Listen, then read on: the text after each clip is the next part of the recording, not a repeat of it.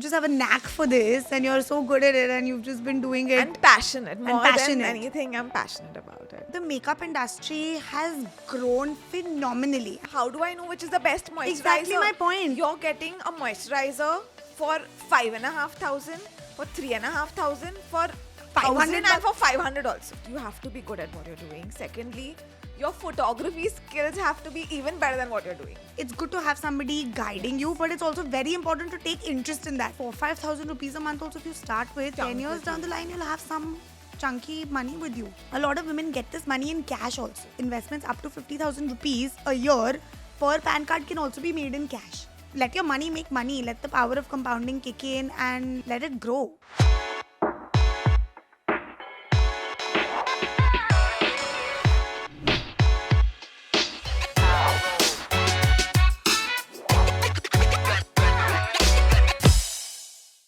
Hi everyone and welcome to another episode of Happy Hour with FinCocktail.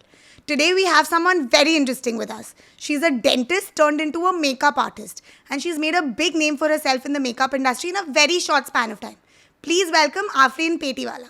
Hi. Hi, thanks for being on the show with us. Thanks for inviting me on my first ever podcast. I'm super excited to be here. Great, I'm glad. Yeah. So Aafreen, this is such a cool story. Dentist turned into a makeup artist. Yes. How was that journey? Why did you decide to become a dentist? Honestly, I think I came from a family full of dentists, surgeons, oral surgeons, engineers. I was great at studies. I cleared 10th standard with flying colors, got into a science-oriented college, cleared 12th, gave my, got into those classes, cleared my entrance exam. And then my dad was like, now what? I mean, there was this whole big meeting in my house where we were deciding if you should become a physiotherapist or a gynac, because I even got into MBBS or a dentist. And they were like, no, ladki hai. I think dentist is a good option. You can have your own family time. Flexible working hours and all of that. They're like, okay, fine, chalo, then she's got into dentistry, we'll push her in there. I got in. Second year, I remember having this call with my dad and telling him, Abba, I just can't do this. This is not my scene. And I remember my dad telling me that, don't leave anything midway. Complete your degree, otherwise you will regret all your life. Then do whatever you want. But they didn't let me do whatever I want in the end of it. And during my internship, I was getting married immediately after my dentistry, and my wedding makeup artist was conducting like a 5-day course on bridal makeup. Yeah. So I told my dad that, I want to do this course. My dad was like, why would you want to do that? You're not a makeup wali. You are a doctor. I was like, Abba, this is not a makeup wali course. This is a makeup artistry course. Yeah. My mom was like, okay, no, say karne do. Then, the typical motherly thought that you have ki shaadi ki baat pata nahi. Yeah. Like as if shaadi is the end of the world. But so she enrolled me. I did that course just for time pass. On a whim. Because I loved makeup. I loved everything about makeup. Like even during 10th standard, a farewell party, jo bhi hua, all my friends used to come to me. Okay, Aafreen, put my liner for me, put this for me. On cultural event day, everyone's coming to me getting makeup done. So I just had this flair and passion for it. I did my makeup, and after marriage is when I did for a few friends that, chal, I've done this course, let me come and do makeup for you. And they were like, okay, fine, cool. Smoky eyes wasn't a trend, 10 years back is when I aced the smoky eye, and people were like, oh my God, who's done, Rani Mukherjee had just come up with that time. Yeah. And everyone's like, oh my God, who's done this? And that's how, just out of luck, people started calling me, oh, I saw you doing this one's makeup, come and do my makeup. And then the word started spreading. So literally first 3-4 years, I used to go to the clinic in the morning and I used to take my brides and clients in the evening. Are you serious? So you managed both? I didn't know that about you. I thought you never really practiced dentistry. I was a full-fledged practicing dentist. But as a dentist, I was very underpaid. When you are working, you're doing something that you don't enjoy. And plus you're underpaid. It kills you to wake up in the morning and, do... Show up at work. It's very difficult. I remember telling Ali, my husband, that, I'm really not enjoying. But everyone was like, no, you've done so much. At least practice for some time. So I was practicing. But then I reached a saturation point as... I don't want to even reveal, but I think I was paid $2,500 for the month when I was going to a trust thrice a week is when I reached that point when I'm like, I'm done. I can't do this Yeah. anymore. I don't love it. I'm underpaid. And plus, I mean, with makeup, I'm loving it. And at And the you're same time, making it's a money. lucrative Yeah. business as well.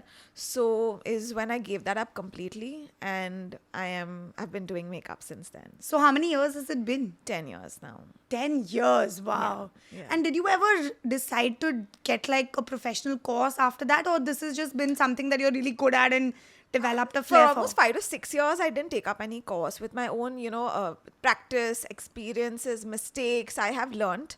But I think then 6 years later, I took up an airbrush course, which I don't really enjoy doing. So I've not been doing that. And yeah, that's about it. I haven't taken up any other course as such. So this is just like you just have a knack for this and Yeah. you're so good at it and you've just been doing it. And passionate. More passionate. than anything, I'm passionate about it. Like, it gives me happiness. If anyone would tell me, wake up at 5 o'clock in the morning to go and do a root canal, I would get Nahi hoga. anxiety the whole night. I would not sleep the whole night. But, like, I will happily wake up for my bride, for my shoot time calls, go do the makeup and come back. So I love what I do. Yeah, that's great. But it also means that there's a lot of like running around all over the place because you'll get clients and I have celebrities and clients in like different parts of the cities at different time. Like, you'll see me morning in South Mumbai, afternoon in Powai, then evening in Lokhandwala, and ending the night, somewhere else of the city. So literally, my job is on the go. I'm in the car. I think I spend more time in the car rather than doing makeup because I'm super fast with makeup. yeah. With makeup, I take max 35-40 minutes per Yeah, person. yeah. I've Even if- I've been on the other side of it, so I know that you're really quick. So it's a bride or a normal client, I would take max that much time. But I'm literally spending hours in the car only commuting. But that's my life. So not God. complaining, but yeah. But I know that you have a family, you have twin daughters. So how do you manage work and your family both at once? I think if you're passionate about it, you somehow, and women have it in them, to manage it all. We are multitaskers. So it just happens. And I have a good support system at home. My in-laws, my mom, staff, all of that, which I think all of them play a very, very important role, Yeah. is why I'm able to manage. If even one of them drops, I'll be finished. Yeah. So I think all of that matters a lot. Yeah, that's absolutely true. I Yeah. mean, I have a kid, so I know how Exactly. much the support system matters. Exactly. Like, For you sure. wouldn't just leave them with anyone. Yeah, but yeah, absolutely. So you have a really strong social media game. I mean, you're so active on your Instagram page. You create so much content. You've got a good number of followers. How did you manage to make such a strong sort of social Firstly, media I would like to presence? say, I think I have taken 10 years to reach here. I have seen people grow numbers like, I don't know, it's so easy for others, but it has taken a lot of time for me. I remember starting at 500 followers with like literally no content to post. I used to like create shoots at home, do on random people I used to call that I will take your before and after, I will shoot. I had a knack for photography. I literally, when that time there was no iPhones, I used to roam around with my SLR camera everywhere to all my clients. So I used to take pictures on my SLR, then transfer it to my laptop, then transfer it to my phone, and then upload pictures. And I have been doing that for almost 4 to 5 years till I bought an iPhone for myself. Is when I started, my photography skills improved and the social media game improved. I've hired n number of social media managers as well, hired and fired. Yeah. So with everyone, I have learned something new, Yeah. implemented that to my social media skill, and that's how I think I've grown. Yeah. But it's been a journey of like a lot of experiences, lot of different things to learn about. And here I am with trying new techniques, trying new videos, hacks, all of that to keep my followers engaged. Yeah, true. But you're a one-man show, literally. I mean, you have your team, you have your assistants, everything. How then do you like look at it from an aspect of sort of expanding your business? I think that's where I need to work on. But as of now, I feel my plate is full. with a lot of things happening with my kids, with family, with work, with social media commitments. I think my plate is full. I'm not even looking at expansion at the moment. Maybe like few years down the lane, I would. Maybe, inshallah, one day I will have my own academy, is where I look at expansion so that I can send my students for clients. And Wow, so that's the end goal. maybe someday. As of now, I do not have that in me to yet, start with and look into it Interesting, very interesting. soon. So on a lighter note, tell us about some incidents that you've had along your journey. Something fun, something not so fun. Give us some stories. I feel 90% of my clientele have been fun. Like, I enjoy doing my work. So even when I'm with them, I have a blast. I love working. But then 10% of the times where, I've had bad experiences where, clients do not value your time. They do not value your worth. There has been, an experience where I literally waited for a client for 4.5 to 5 hours. This was during my initial years where I couldn't speak Refuse up or- and I yeah. couldn't say that, okay, if you're not coming on time, I'm going to leave. Right now, I wouldn't, because we give like a time slot. We are not going to wait for more than 2 hours, Yeah. for a certain this thing. Fair enough. But that time I couldn't. I waited for 4.5 to 5 hours for that client, and she didn't turn up. And eventually, she turns up after 5.5 hours, and I have to do her makeup with literally no gratitude. She's asked me to leave. So that is one of the most worst experience of my life. Yeah. I don't ever want to go back there Yeah. again with literally no respect given. So, Yeah. Fair. but otherwise, makeup is fun. Clients are fun. They call me. They love having fun with me. They love trying out new looks, and most of it is fun. Yeah. That's nice. That's Yeah. nice. So, this is a very personal story where just 2 days before my wedding, my makeup artist had called me and told me that she is very, very sick. Oh, God. And she was. I could hear it in her voice. I knew her. I'd met her a few times, so I knew. And she sounded really sick. And despite all of that, I obviously went into panic mode, and I was like, are you going to flake on me? Like, are you not going to show up? And she was like, listen, I'm just calling to tell you that whatever my halat is, I will show up. I'm just requesting that, I bring my mom along so she can take care of me as much as possible. But I'm coming and I'll do your makeup. And she was there, and she was really unwell. She was really unwell. She had some breathing issue. Oh, God. She could barely breathe.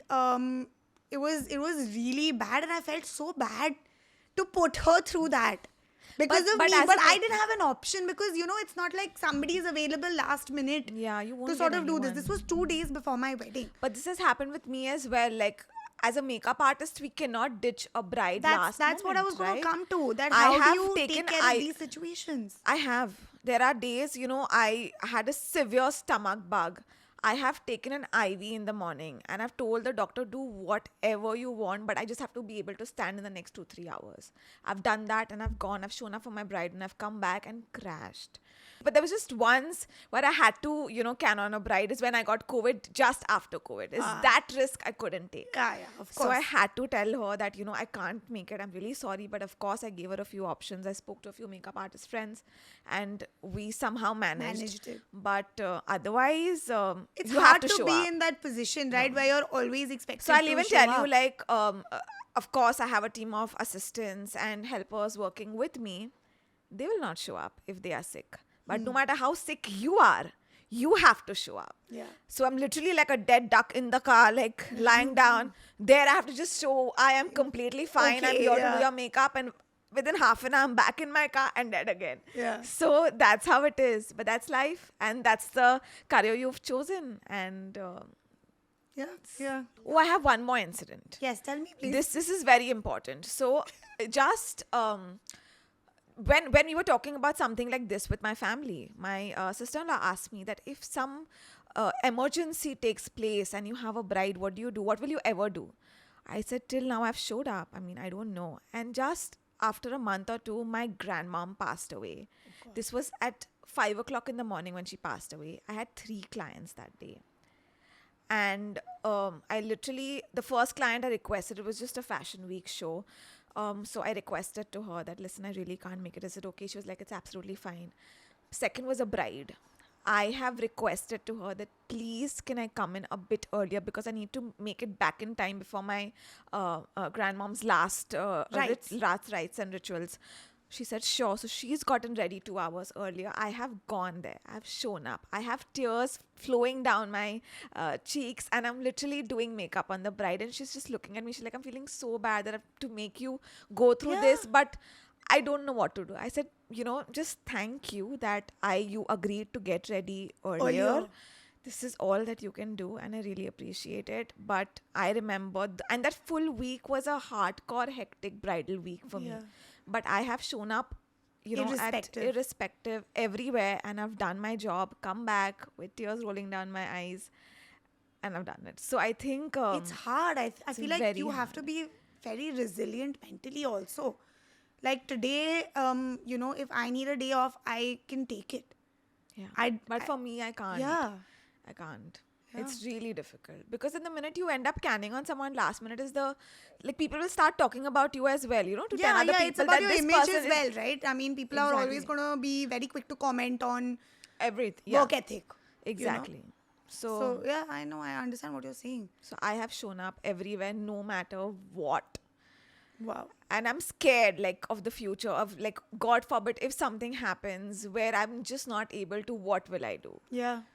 That fear is yet there. Yeah. So. Which is why you need to have a larger team, Aafreen. Yeah. Of a lot of exactly. I need to work on that. Great makeup artists. But I'm sure I have a few friends who will show up for me if I'm not able to. Yeah. So that's the plan. If plan A doesn't work, I have a plan B. Yeah. So Aafreen, tell us, I know that the makeup industry is really large and makeup artists can charge anywhere between 5,000 to lakhs of rupees for a session of makeup. But what, on an average, what is it that you can look at making if you're a budding makeup artist? A budding makeup artist? See, there are categories. You can't generalize. Okay. So, depends on your networking, depends on your content, and depends on your work. If you're amazing at what you do, you will get clients immediately. And when you get clients immediately, even if you charge a basic of maybe, I started off with 1,500 per client. Okay, I remember clients coming and telling me, I'm feeling very bad to give you 1,500. Can you charge a bit more? I was like, yes, one day I will. But I started off with that much. And for my brides, I was charging 5,000 for makeup and non-bridal 1,500. This was 10 years ago. But I think now the industry has grown much more. The industry has grown, but even saturation has increased of makeup artists. Okay. You will find a makeup artist in every building now. Okay, that time there were only male-dominated makeup artists. Okay, now there are makeup artists everywhere. And there are makeup artists creating more makeup artists. So, the industry is flooded with them. So, whatever your budget is, even if your budget is 500, you will find a makeup artist. Your budget is 50,000, you will find a makeup artist. So, I feel like a budding makeup artist who's good at their job will make anywhere between 30 to 50,000 per month. Okay. Minimum. If she has a client twice, thrice a week also, and she's charging maybe a basic of 4,000 to 5,000 per makeover. But if you're not good at your work, maybe if, I don't want to label, but if it's a parlor wali category, they charge 500 to 800 per makeover. So that maybe that you can, bracket it in a 20 to 25,000 per month. Okay. Depends on what kind of products you're using, what kind of clientele you have. What is it that you're putting out there to the world is how much you can charge. So what advice would you give budding makeup artists? Because I know that a lot of people are interested in this field. A lot of people, feel like it's fancy, it's fun. You get to meet a lot of different people from different walks of life. A lot of people say it's easy money. And I don't think it's easy money. I wouldn't say easy money. People have that notion about makeup artists, that it's quick money. There's hardly any investment and you end up recovering so fast, which is true.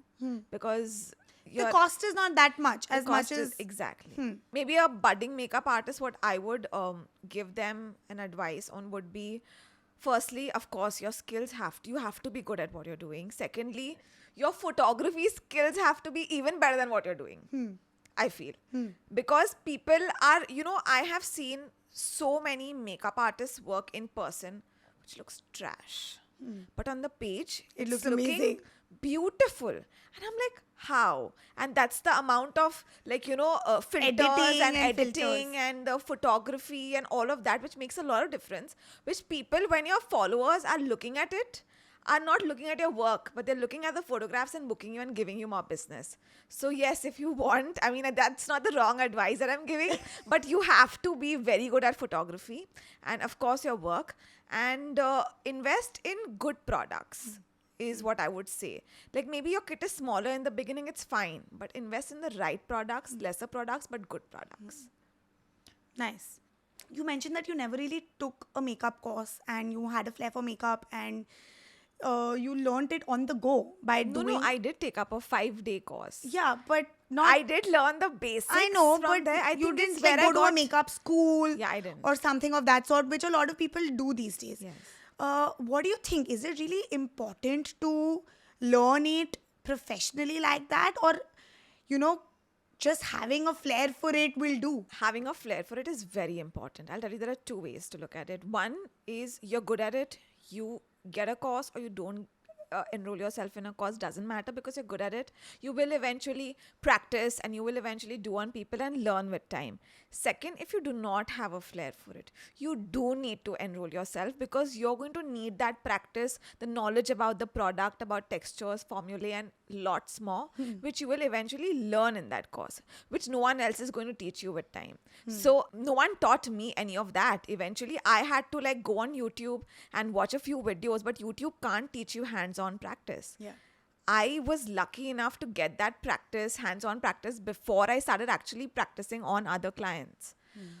So yes, it is important, but you don't need to spend in lakhs and lakhs, to Just get that course. just that course. I feel even if you just enroll yourself in a basic course, any basic course will give you the product knowledge, will give you the techniques which you need to learn, and then you learn with time, with experience, is what Yeah. I feel.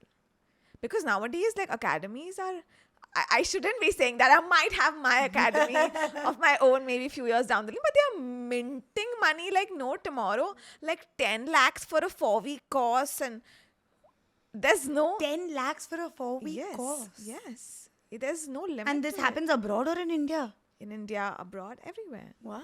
You I must mean, have a it's- makeup I academy. should, of your own, right? Aafreen. What are you waiting But for? people are getting extorted, I feel. Yeah, true. So whatever you're learning, and I have students coming in from different academies where they've spent a bomb, where they don't even know how to conceal an acne scar. So what's the point of Yeah. spending that much? You spend, you get yourself enrolled, but not like this. Yeah, yeah. It's totally You not you have to worth it. learn something. You have to learn something and come. Yeah, yeah, true. So, who are a few people in your industry that you look up to or idolize?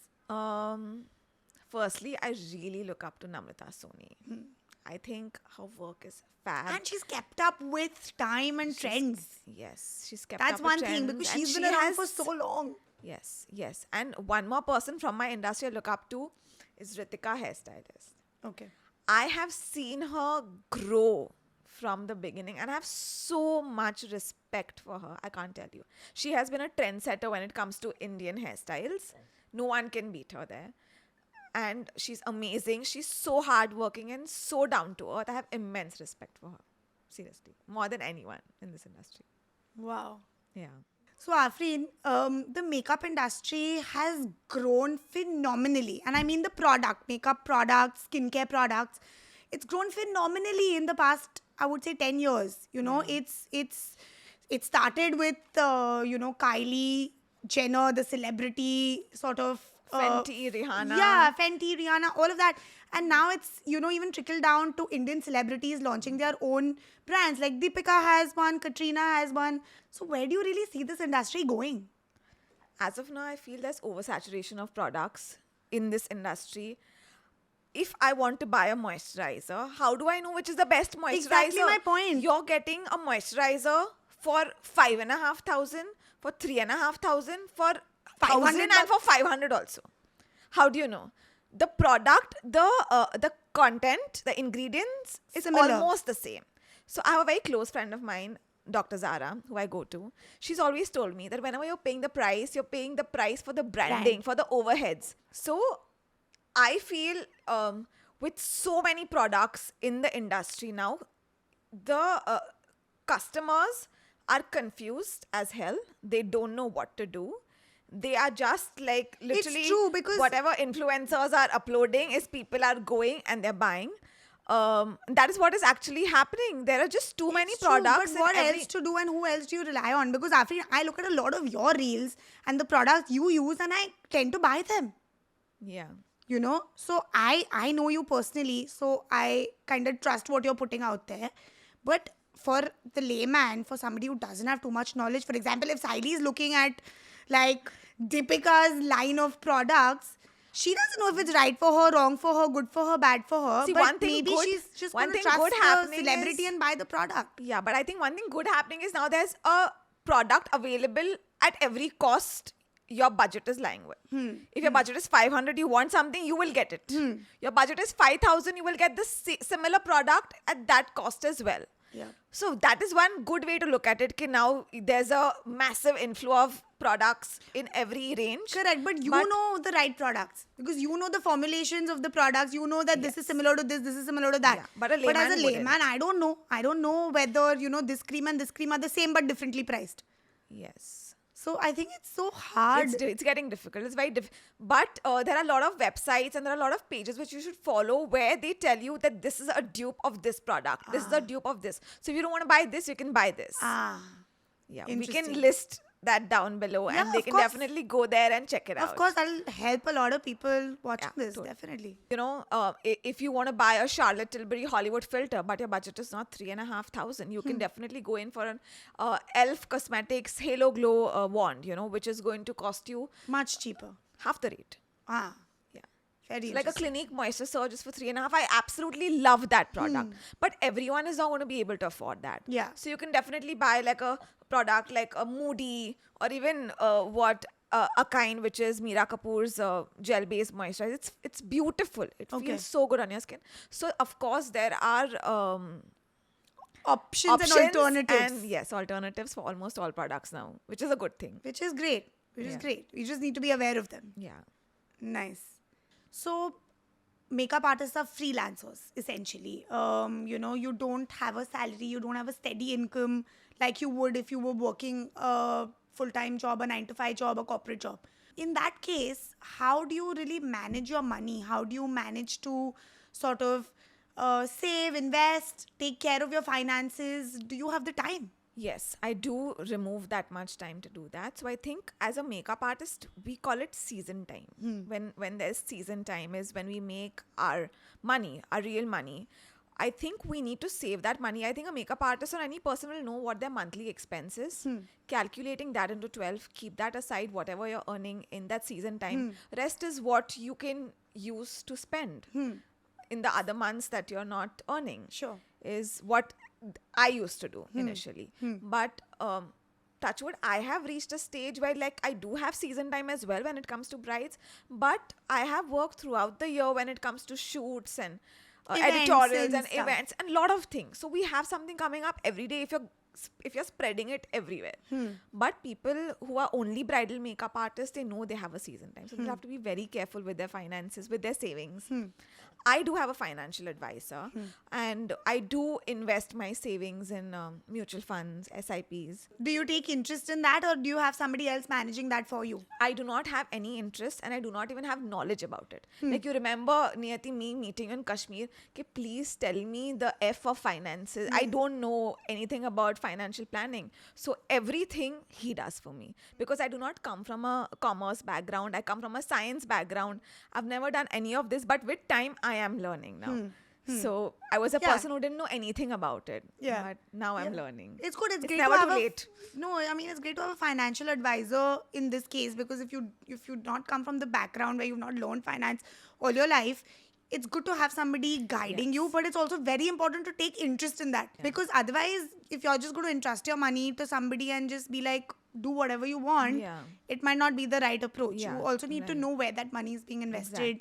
Exactly. Maybe review it once a year to just see what kind of a return are you getting. Absolutely. So it's damn important to look into it. Yeah. You don't have to Agree. make the calls. You don't have to decide that Agree. ye mutual fund lo ya wo mutual fund lo ya ye stock lo. But at least if you have an idea of what's so going I on. can't give any advice ke ye lo. He tells me, I will do some research. I'm like, okay, cool. Huh. Take this amount and you can invest. Good. And At then least he'll you're send doing me that like research. a monthly chart of, whatever my profit. Your portfolio statement where you can see the performance of your funds. Yeah, exactly. That's good. I thought your husband must be doing this for you. So my husband is too busy to do that for me.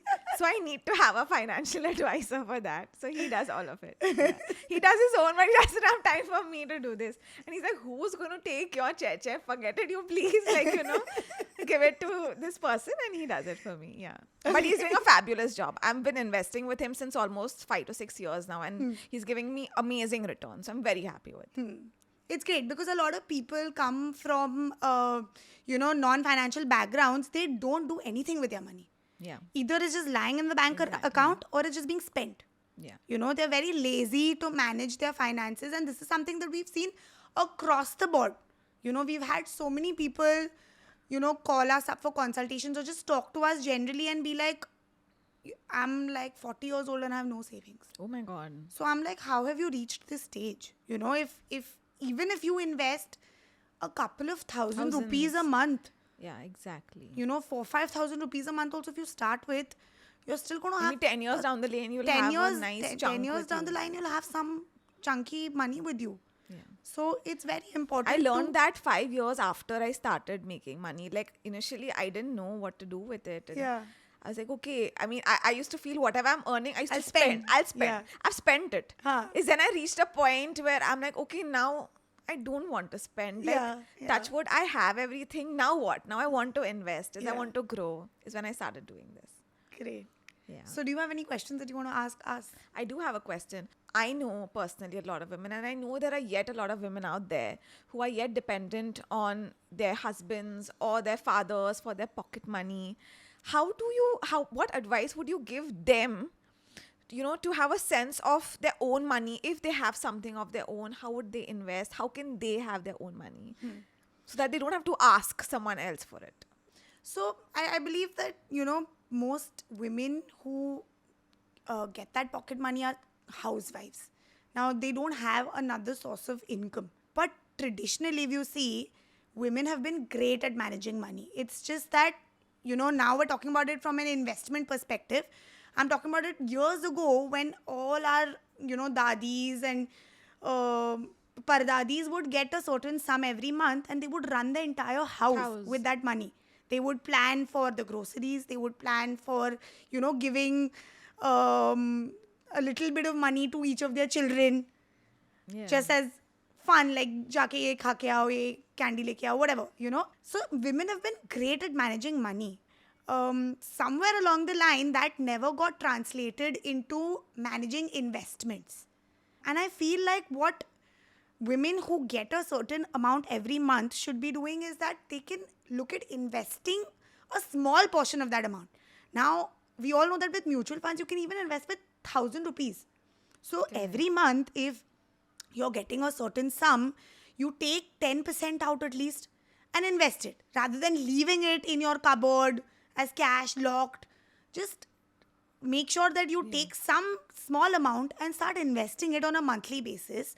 And soon you'll realize that you have a chunky corpus where you don't have to go asking your husband if you want to buy something of your own. Exactly. This is what I'm talking Yeah. about. So it's very hard to overnight build it, unfortunately, because they don't have a source of income. Like people like you and me were working, we're earning that money. We can choose to do what we like with it. But for housewives or people who don't have a job and are not making this money on their own, they're unfortunately dependent on their spouse.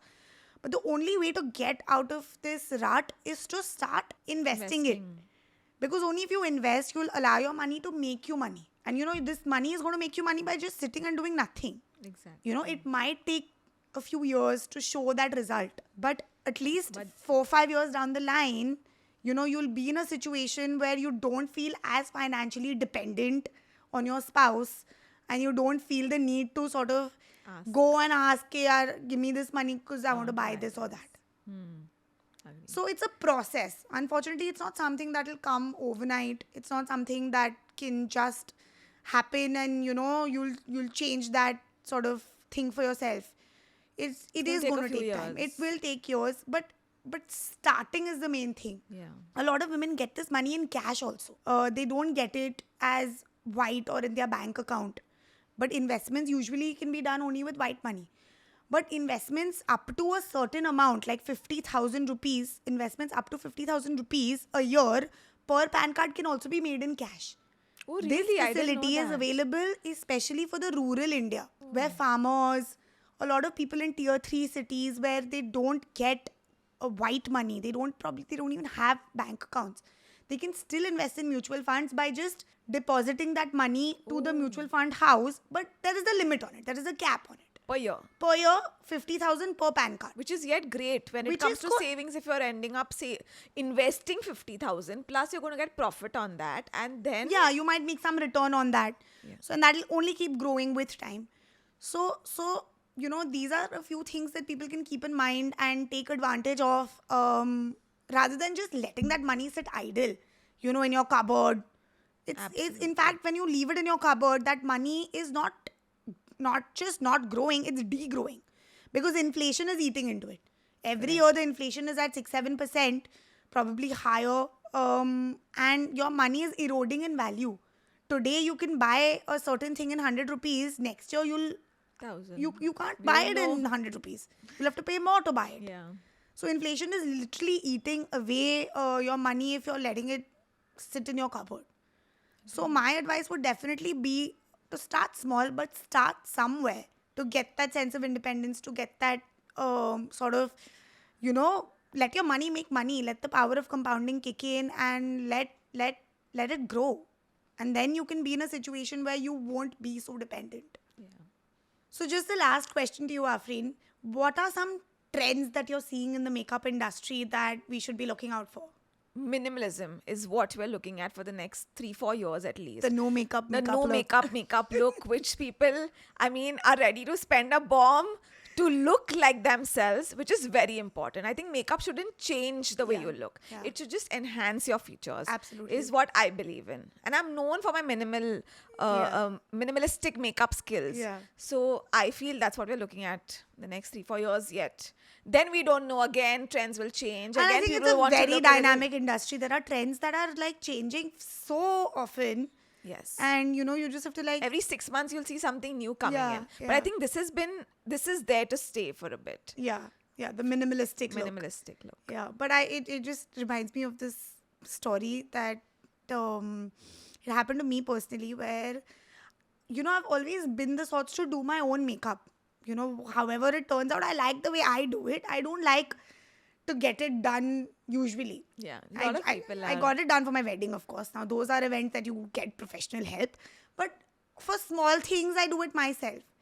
And I remember that for my cousin's wedding, I had this makeup artist, and I swear, when she was done with me, I did not look like myself. What do you have to say about myself? About me? About me doing your makeup? Not you. I'm saying she made me look like a completely different person, and not in a good way. And I swear I looked at myself in the mirror, and I'm not one to cry easily. I was Oh my weeping. I was God. like, what has happened to me? And then? I took it all out. Oh God. I redid it. I But reached did you the tell event. her that I don't like I it didn't and have the please heart, change it? unfortunately. I didn't have the heart because I was like, she's put in the effort. Now, I don't know, maybe. So that is one She's- thing that I do when I am working on my clients. I make sure the client has the mirror in her hand from the beginning. I'm not one of those makeup artists who will say, you have to see after everything is done. Yeah. No, I will want the client to see it from the beginning. If there's something she doesn't like, please tell me from the beginning. I'm here to make you happy, not to make myself happy. Yeah. So I will change it. Even if Yeah. it's going to take me another 15-20 minutes, I will change it. But Yeah. you need to be happy at the end of the day. You are paying me to make you happy. Yeah. But yes, of course, if there's someone is telling me to do smoky eyes or shocking pink lips, is never not gonna happen. Is never going to happen. That's not me. But yeah, other ways I can. Yeah, true. It's. I feel like you really need to pick the right artist for you as well, who's on the same wavelength. Exactly. So that's what, if someone tells me, I get a lot of clients you know, that is this Indian mentality of looking fairer. Oh yeah, yeah. Fair Pro Max, like no matter what. So luckily I have reached a point now where I do not have clients calling and telling me that, you know, I want to look fairer, no matter, I mean, they're already fair, but yet this community and, you know, Indians have so much love for fairness is not even funny. But initially, I feel like during it's my the initial mindset years, which needs to change, which really yeah. needs to change. You are what you are. You are. Exactly. I remember getting calls in my initial years where they're like, अच्छा आप हमें गोरा दिखा सकते हो ना, आप मुझे आप 3-4 shades ज़्यादा fair use करना. And that time I couldn't say no, anything. yeah. I couldn't say no. I wanted that client. Yeah. But right now, if someone would tell me over a call that I want to do this, I would tell them, this is not me. You can clearly book a different makeup artist who Yeah. can give you that. But I'm really sorry, I won't can't be do able this to for you. do that. Yeah. So That's why I think it's really important to have somebody on the same wavelength as you. Like, very important. But Otherwise you're but the gonna- page of that client, I mean, the makeup artist will say it all. say it all. Yeah, true. So now it's so easy to find your makeup artist Yeah. out there, Yeah. you know, whom your liking vibe with. yeah, true. Easy. It was such a lovely chat, Aafreen. It Thank was you lovely. for joining It was us. fun. Yeah, it was Thank a fun you for having conversation. me. And yeah, thank you for doing this. Thank you. It was fun. So guys, if you all like this video, please like, share and subscribe. As a layman, I hardly have any knowledge about financial planning. And I've learned so much from their page by just looking at their simplified reels, and they're great. So please do follow their page, save their content and share it with as many friends possible. Super.